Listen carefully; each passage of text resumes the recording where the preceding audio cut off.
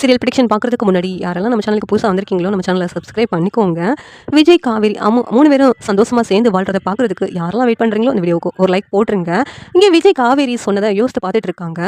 நாம எதுக்கு அம்முவை காவேரி கிட்ட இருந்து பிரிக்கணும், பழையபடி அம்மு அந்த ஸ்கூலுக்கே போகட்டும் அப்படின்னு சொல்லிட்டு விஜய் வந்து முடிவெடுக்கிறாங்க. இங்கே அம்மு கிட்ட போகிறாங்க. ரொம்ப சோகமாக உட்காந்துட்டு இருக்காங்க. அப்போ விஜய் அம்மு கிட்ட போகிறாங்க. என்னடா அம்மு, இன்னும் அப்பா தின்னதே யோசிச்சுக்கிட்டு இருக்கியா அப்படின்ட்டு விஜய் கேட்டதும் அம்மு இருந்துக்கிட்டு, இப்ப என்ன என்னப்பா? எதுக்காகப்பா என்ன திட்டுனீங்க? நான் அம்மா ஃபோட்டோவ பார்க்கக்கூடாதா? அதுக்காக எதுக்குப்பா என்னைய திட்டுனீங்க? அப்டி சொல்லிட்டு அம்மு அழுதுகிட்டு இருக்காங்க. உடனே அழாதடா அம்மு. அப்பா உன்ன திட்டுனேன்ல, நீ வேணா அப்பாவ அடிச்சுக்கோ கன்னத்துல அப்டின்ட்டு அம்முவோட கைய வச்சு விஜய் கன்னத்துல அடிச்சுக்கிறாங்க. உடனே அம்மு வேண்டாம் விடுங்கப்பா அப்டின்னு சொல்லிட்டு அம்மு சொல்லிக்கிட்டு இருக்காங்க. உடனே விஜய் இருந்துட்டு, உனக்கு ஒரு சந்தோஷமான விஷயம் நான் சொல்லட்டா? அப்டின்ட்டு கேட்குறாங்க. என்னப்பா அது? அம்மா ஃபோட்டோவ நீங்களே காமிக்க போறீங்களா? அப்டின்னு சொல்லிட்டு கேட்டதும், இல்லடா, நீ நாளையிலருந்து ஸ்கூலுக்கு போக போற. நீ ஏற்கனவே போன ஸ்கூலுக்கே தான் போக போற. என்ன காவேரி மிஸ் அங்க இருப்பாங்க. நீ காவேரி மிஸ் கிட்ட பேசிக்கலாம். இப்போ உனக்கு சந்தோஷம் தானே? அப்படின்ட்டு விஜய் வந்து சொல்றாங்க. நிஜமாவாப்பா? எனக்கு ரொம்ப சந்தோஷமா இருக்குதுப்பா. அப்படின்னு சொல்லிட்டு இங்க அம்மாவும் சொல்றாங்க. காவேரி மிஸ் கிட்ட பேசினா எங்க அம்மாவே பக்கத்துல இருக்கிற மாதிரி எனக்கு இருக்குதுப்பா. அவ்வளோ சந்தோஷமா இருக்குது அப்படின்ட்டு அம்மு சொல்றாங்க. அதை கேட்டுட்டு விஜய்க்கு என்ன சொல்லன்னு தெரியல. அவ தாண்டா உன் அம்மா. அதனால தான் உனக்கு இந்த மாதிரி ஃபீலிங்ஸ்லாம் இருக்குது போல இருக்கு. காவேரிக்கும் உனக்கு உன்னை பொண்ணுன்னு தெரியாமையே அவளுக்கும் ஃபீலிங்ஸ். நீங்க 2 பேரும் அவ்வளோ பாசத்தோட இருக்கீங்க அப்படின்ட்டு விஜய் வந்து மனசுக்குள்ளேயே சொல்லிக்கிட்டு இருக்காங்க. உடனே சரிங்கப்பா, காலையில எப்போ விடியும்னு இருக்குது. நான் மிஸ்ஸை பார்க்கவே இல்லையா, எனக்கு மிஸ்ஸை பார்க்கணும்னு ரொம்ப ஆசையா இருக்கு அப்படின்ட்டு இங்க இங்க குழந்தை வந்து ரொம்ப ஆசைப்பட்டுட்டு இருக்கு. இந்த நேரத்துல விஜய் இருந்துகிட்டு, சரிடா, நாளைக்கு ஸ்கூல்ல அப்பா கூட்டு போறேன், உன்னை விடுறேன் அப்படின்னு சொல்லிட்டு சொல்றாங்க. இங்க காவேரி மறுநாள் ஸ்கூலுக்கு கிளம்புறாங்க. கிளம்பும்போது இங்க ரொம்ப ஃபீல் பண்ணிட்டே போறாங்க. நான் அம்மு இல்லாத ஸ்கூலுக்கு காவேரிக்கு போக வருத்தமா தான் இருக்குது. இங்க விஜய் அம்முவ கிளப்பி விடுறாங்க. கிளப்பி விட்டதும், வாங்கப்பா ரெடி ஆயிட்டீங்களா, வாங்க போகலாம் போகலான்னு அம்மு ஒரு எக்ஸைட்மெண்ட்டா இருக்கிறாங்க. ஏன்னா இத்தனை நாளா காவேரி மிஸ்ஸை பார்க்கவே இல்லை. அதனால அம்மு காவேரி பார்க்கணும்னு ஆசையோட ஸ்கூலுக்கு விஜய் கூட கிளம்புறாங்க. விஜய், சரிங்க தாத்தா, நான் அம்முவை ஸ்கூல்ல விட்டுட்டு வரேன் அப்படின்னு சொல்லிட்டு இங்க அம்முவை கூட்டிட்டு கார்ல விஜய் போறாங்க. அப்படியும், அப்பா இத்தனை நாள் ஏன் ஸ்கூலுக்கு அனுப்பல, இப்போ திடீர்னு ஸ்கூலுக்கு அனுப்புறீங்க, நீங்கள் என்னமோ என்ன வேறு ஸ்கூலில் சேர்க்க போகிறேன்னு சொன்னீங்களே அப்படின்ட்டு அம்மு கேட்குறாங்க. உடனே, இல்லைடா, அம்முக்கு எது பிடிக்குதோ அதை தானே அப்பா செய்வேன்.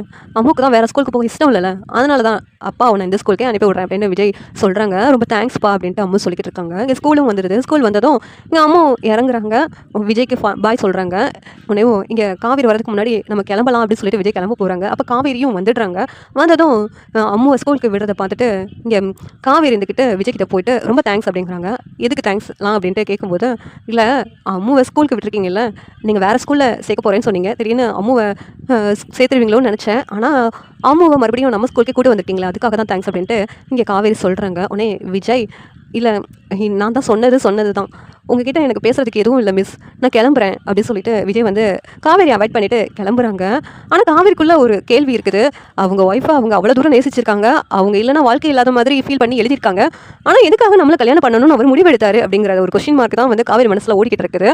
எங்கள் அம்மாவை பார்த்துட்டு, வா அம்மு நம்ம போகலாம் அப்படின்னு ஸ்கூலுக்குள்ளே கூட்டு போகிறாங்க காவேரி. இன்னைக்கு தான் கிளாஸில் அம்மு உட்காந்துருக்கதை பார்த்துட்டு நல்லா இருக்குது அப்படின்ட்டு அம்முவை பார்த்துட்டு காவேரி ஃபீல் பண்ணிட்டு இருக்காங்க. இங்கே கிளாஸ்லாம் முடிஞ்சிருச்சு. அம்மு வந்து சாயந்தரம், அப்பா நான் மிஸ்ஸோட மிஸ் வீட்டுக்கு போயிடுறேன் அப்படின்னு சொல்லிட்டு விஜய்கிட்ட சொல்லிடுறதுனால காவேரி மிஸ்ஸை அம்முவை கூப்பிட்டுட்டு வீட்டுக்கு போகிறாங்க.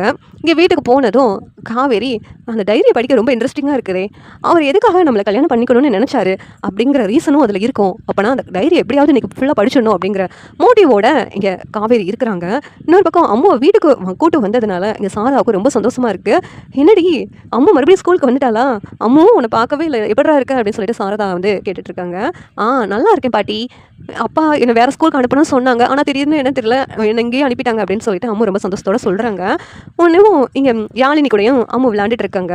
இங்கே காவேரிக்கு அந்த டைரி எப்படியாவது படிச்சாகணும் அப்படின்னு சொல்லிட்டு, அம்மு நீ யாழினி கூட விளையாண்டுட்டு நான் வந்துடுறேன்டா அப்படின்ட்டு ரூம்குள்ளே போகிறாங்க. அந்த டைரியை படிக்கிறாங்க. காவேரி அந்த டைரியை படிக்கிறாங்க. படிச்சுட்டு இருக்கும்போதே, சரி பழசதெல்லாம் அப்புறம் படிக்கலாம், இப்போ ரீசெண்டாக அவர் நம்மளை பார்த்தாரே அந்த மொமெண்ட்லேருந்து நம்ம படிக்கலாம், நம்ம எப்போ இந்த ஸ்கூலில் ஜாயின் பண்ணோம் அப்போ இருந்து படிக்கலாம் அப்படின்னு சொல்லிட்டு இங்கே வந்து காவேரி மனசுக்குள்ளே தோணுது. உடனே அந்த டேட்டை வேகமாக எடுக்கிறாங்க. எடுத்து படிக்க ஆரம்பிக்கிறாங்க. அப்போ எனக்கு இத்தனை நாளாக காவேரி செத்து போயிட்டான்னு நினச்சிக்கிட்டு இருந்தேன், ஆனால் காவேரி உயிரோட இருக்கிறத அம்முவோட ஸ்கூலில் பார்த்தேன். அப்போ எனக்கே அதிர்ச்சி ஆகிடுச்சு. அம்முக்கிட்ட கேட்கும்போது, இதுதான் எங்கள் மிஸ்ஸுன்னு வேறு அம்மு சொன்னான். எனக்கு காவேரி உயிரோடு இருக்காளான்னு ஒரு ஆச்சரியமாக இருந்துச்சு. அப்போ தான் தாத்தா கிட்ட கேட்கும்போது எல்லாரும் பண்ண சதி எனக்கு தெரிய வந்துச்சு. காவேரி உயிரோடு தான் இருக்கிறா அப்படின்னு எனக்கு தெரிய சொல்லி ஆரம்பித்து காவேரியை போய் நான் பார்க்கும்போது காவேரிக்கு என்னை சுத்தமாக ஞாபகமே இல்லை. அதை பார்த்து என்னால் தாங்கவே முடியலை. ஆனாலும் என்ன பண்ணேன், காவேரிக்காக நான் எதுவும் அவகிட்ட உண்மையை சொல்லலை. அப்படி சொன்னால் அவள் உயிருக்கு ஏதாவது ஆபத்து வந்துடுமோ அப்படிங்கிற பயத்தில் தானே எல்லாத்தையும் மறைச்சி வச்சேன். ஆனால் காவேரிக்கு என்னை சுத்தமாகவே பிடிக்கலை. எவ்வளோ தூரம் என்னை அளவுக்கு அதிகமாக நேசித்த காவேரி என்னை வெறுக்கிறத பார்க்க என்னால் முடியல. அதுவும் இல்லாமல் அம்முவும் காவேரியும் பழகுறது அம்மா பொண்ணு உறவை தாண்டி ரொம்ப வினோதமாக இருந்துச்சு எனக்கு. ஏன்னா அவங்க 2 பேரும் ஒருத்தருக்கு ஒருத்தர் பார்த்ததே கிடையாது. ஆனாலும் அவங்களுக்கு இனம் புரியாத ஒரு உணர்வுனால 2 பேரும் சேர்ந்து வாழ்கிறது என்னால் நம்பவே முடியல அப்படின்னு சொல்லிட்டு படிக்க படிக்க காவேரிக்கு அதிர்ச்சியாக இருக்குது. என்ன சொல்ல வராங்க அப்படின்னு சொல்லிட்டு அடுத்தடுத்து படிக்கும்போது இங்கே காவேரி உண்மையை தெரிஞ்சுக்கிறாங்க. அப்படின்னா அவரோட ஒய்ஃப் தான் நானா, அதனால தான் அவர் வந்து என்னை சுற்றி சுற்றி வந்திருக்காரா, ஆனால் உண்மை தெரிஞ்சுக்காம நான் தான் அவரை உதாசீனப்படுத்தி பேசிட்டேனா அப்படிங்கிற உண்மை காவேரிக்கு தெரிய வருது. அவங்களால தாங்கவே முடியலை. என்னடா இது அப்படின்னு சொல்லிட்டு யோசிச்சுட்டு இருக்காங்க. இந்த உண்மை இந்த வீட்டில் உள்ள எல்லாருக்குமே தெரிஞ்சிருக்கு. ஆனால் என்கிட்ட இப்படி ஒரு உண்மையை மறைச்சி வச்சுருக்காங்க எல்லாரும் சேர்ந்து. இப்போ நான் தானே கஷ்டப்பட்டுட்டு இருக்கேன். நாளைக்கு நான் வேற ஒருத்தரை கல்யாணம் பண்ணிக்கிட்டேன்னா அப்புறம் விஜய் என்ன பண்ணியிருப்பாரு, என் குழந்தை என்ன பண்ணியிருக்கோம், பழசு எனக்கு ஞாபகம் வந்தால் நான் என்ன பண்ணியிருப்பேன், என் வாழ்க்கையே பாழாக இருக்குமே. ஏன் தான் இப்படி எல்லாரும் இப்படி ஒரு முடிவு எடுத்தாங்க. அப்பா இறந்து போனதை என்கிட்ட சொல்லி புரிய வச்ச மாதிரி இந்த விஷயத்தையும் என்கிட்ட சொல்லி புரிய வச்சுருந்துருக்கலாம். அம்மா பண்ணது பெரிய தப்பு அப்படின்னு சொல்லிட்டு இங்கே காவேரி ரொம்ப ஃபீல் பண்ணி அழுதுகிட்டு இருக்காங்க. அப்படியும் மயக்கம் போட்டுடுறாங்க. ஒரு மாதிரி யோசித்து அப்படியே தலை சுற்றி மயக்கம் போட்டுடுறாங்க. மயக்கம் போட்டதும் இங்கே மயக்கம் போட்டிருக்கதை பார்த்து அம்மு மிஸ் அப்படின்னு சொல்லிட்டு கத்துறாங்க. கத்துனதும் என்னாச்சு மிஸ்ஸுக்கு அப்படின்ட்டு சாரதா இங்கே கங்கா எல்லோரும் ஓடி வராங்க.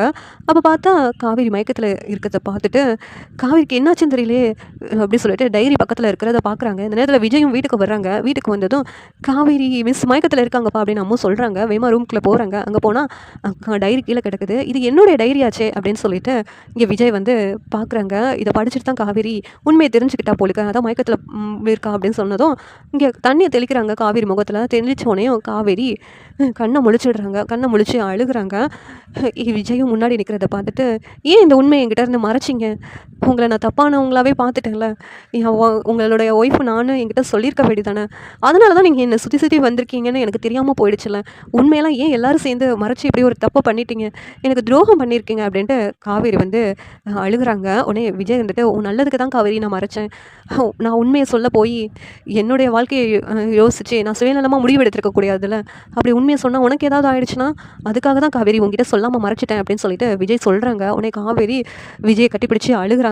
அம்மு நீ தாண்டா என் பொண்ணு, உங்கள் அம்மா எங்கேன்னு சொல்லிட்டு காணுன்னு நீ என்கிட்டயே சொல்லி வருத்தப்படவே இல்லை, இப்போ தான் எனக்கே தெரியுதுடா அம்மா நான் தாண்டா, எந்த அம்மாவுக்கும் இப்படி ஒரு நிலமை வரக்கூடாது, தான் பொண்ணு பக்கத்தில் இருக்கும்போதே பொண்ணு தெரியாமல் இருக்கிறது எந்த அம்மாவுக்கும் நடக்கக்கூடாது, எனக்கு நடந்த மாதிரி கொடுமை அப்படின்னு சொல்லிட்டு காவேரி ஃபீல் பண்ணி அழுதுட்டு இருக்காங்க. ஆனால் சாரதா ரொம்ப சந்தோஷப்படுறாங்க இவங்க ஒன்று சேர்ந்ததை நினச்சி. இந்த சீரியல் எப்படின்னா நல்லாயிருக்கும் நீங்கள் நினைக்கிறீங்கன்னு கமெண்ட் பண்ணுங்கள். இந்த ஒரு லைக் பண்ணுங்கள், ஷேர் பண்ணுங்கள், சப்ஸ்கிரைப் பண்ணுங்கள். தேங்க்யூ.